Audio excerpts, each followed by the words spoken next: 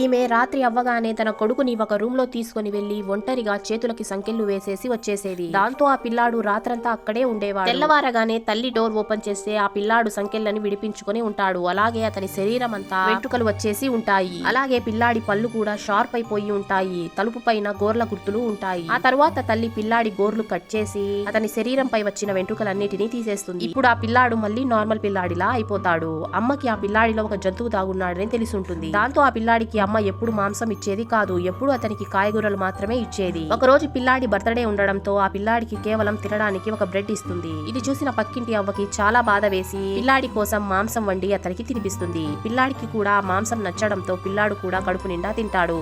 ఆ తరువాత ఇంటికి వచ్చిన అమ్మ పిల్లాడి ప్రవర్తనలో చాలా తేడా గమనిస్తుంది. దాంతో వెంటనే పిల్లాడిని మళ్ళీ రూమ్ లో తీసుకుని వెళ్లి లాక్ చేసేస్తుంది. అప్పుడే అమ్మకి ఆ పిల్లాడి గోర్లు తగులుతాయి. తెల్లవారగానే పిల్లాడంతా నార్మల్ అయిపోయి తన తల్లిని క్షమాపణ అడుగుతాడు. ఆ తర్వాత తల్లి మళ్ళీ ఆ పిల్లాడి కోసం ఇంకా స్ట్రాంగ్ గా ఉండే సంఖ్యలను తెప్పించి వాటిని రూమ్ లో బిగిస్తుంది. ఒక రోజు ఆ పిల్లాడు తన ఫ్రెండ్ తో కలిసి షాపింగ్ మాల్ కి వెళ్తాడు. ఆ రోజు పౌర్ణమి కావడం ఆ చంద్రుడిని చూడగానే పిల్లాడి శరీరం అంతా వెంట్రుకలు వచ్చేసి ఇతని కళ్ళు ఎల్లోగా అయిపోతాయి. కొద్దిసేపటికే ఇతను పూర్తిగా ఒక తోడేలు లాగా మారిపోతాడు. ఇది చూసిన ఆ పిల్లాడి ఫ్రెండ్ భయపడిపోయి అక్కడి నుంచి పారిపోతాడు. అయినా కూడా ఆ తోడేలు అతన్ని వదలడు. పిల్లాడి ఇంటికి రాగానే అతని నోటి మీదంతా రక్తం చూసి అమ్మకి అంతా అర్థమైపోతుంది. దాంతో అమ్మ ఊరు వదిలేసి వెళ్లిపోవాలి అనుకుంటుంది. కానీ ఆ పిల్లాడు తన స్కూల్లో ఫంక్షన్ ఉందని ఫంక్షన్ అయిపోయాక వెళ్లిపోదాము అని అంటాడు. మరుసటి రోజు పిల్లాడు స్కూల్లో ఫంక్షన్ కి వెళ్తాడు. కానీ కొద్దిసేపటికే ఆ పిల్లాడు మళ్ళీ తోడేలులాగా మారిపోతాడు. అప్పుడే అక్కడికి అమ్మ వచ్చేసి అతను ఎవరిని ఏమీ చేయకుండా కాలి పైన షూట్ చేసేస్తుంది. ఆ తర్వాత తోడేలుని తీసుకుని వచ్చి సంకెళ్లతో కట్టి అతని దెబ్బలకి మందు రాస్తుంది. దాంతో తోడేలు కొంచెం శాంతిస్తాడు.